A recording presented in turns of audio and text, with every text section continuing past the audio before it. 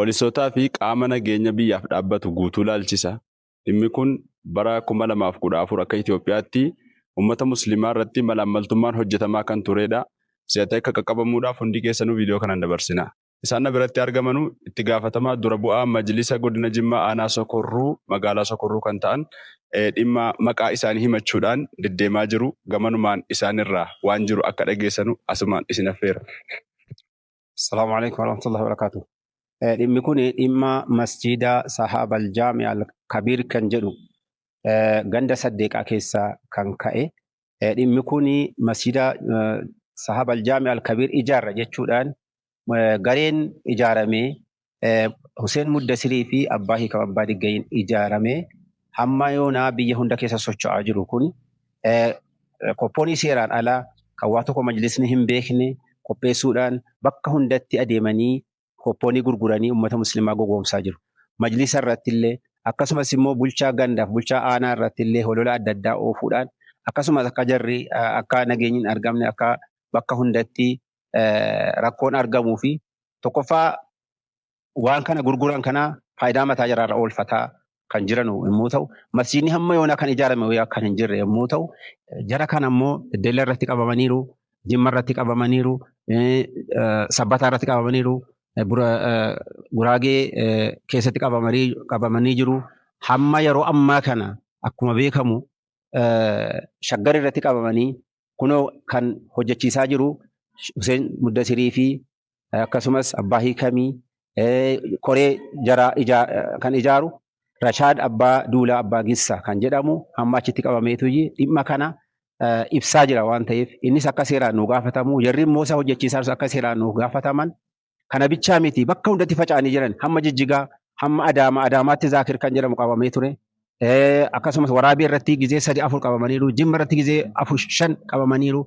Majlisni godinaa barreessaan majlisa godinaa illee kan qabee seeratti dhiyeesse kana hundaayyuu warri Waraabee irratti qabaman isuma dheengaddaa kana 50,000 waasii qabsiisanii bahaniitu badan achi kaanii iddoo biraatti gurguraa jiru jechuudha. Kanaafuu isa kana jarri kun rakkoo akkana dura qaqqabsiisaa musliima maqaas balleessaa jiru.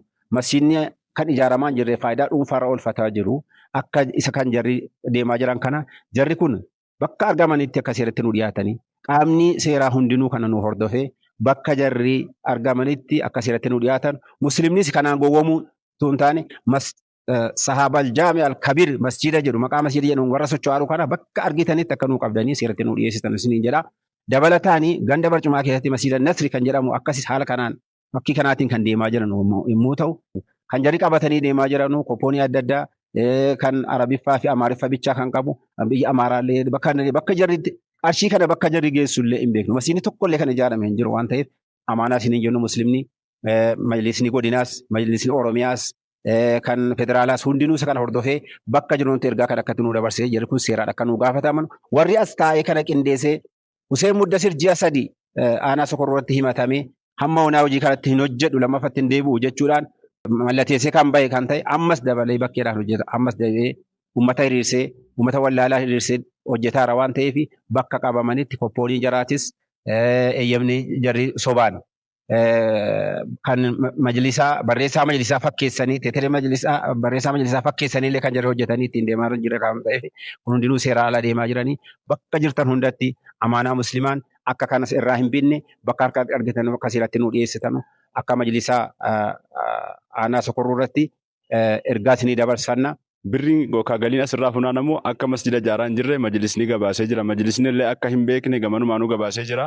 Ofii isaaniitiif dhimma dhuunfaa isaaniirraa akka oolfataa jiran hawaasni naannoo illee akka hin beekne masjidaan illee akka ijaaramaa hin jirre ibsanii jiran. Jarri kun hamma mataan dubbataman akka dura bu'aatti malee miseensa hedduu of jalaa kan qaban biyyoota adda addaa akka Beddellee, akka godina Guraagee, Walqixxee, Buraayyuu, Shaashamannee, Finfinnee, Jijjigaa akkuma kana Sabbata naannoon keessa deemamaa hin jirre waan hin jirreefi bakka jirtanutti ummanni muslimaa akka si'aan qaqqabamuuf miidhaa yookaan doorsisni yookaan malaammaltummaan uummata irratti gaggeeffamaa jiru akka dhaabbatuu fi viidiyoo kana daddafaa wal biraan gahadhaa. Assalaamu alaikum warahmatullahi wabarakatuh.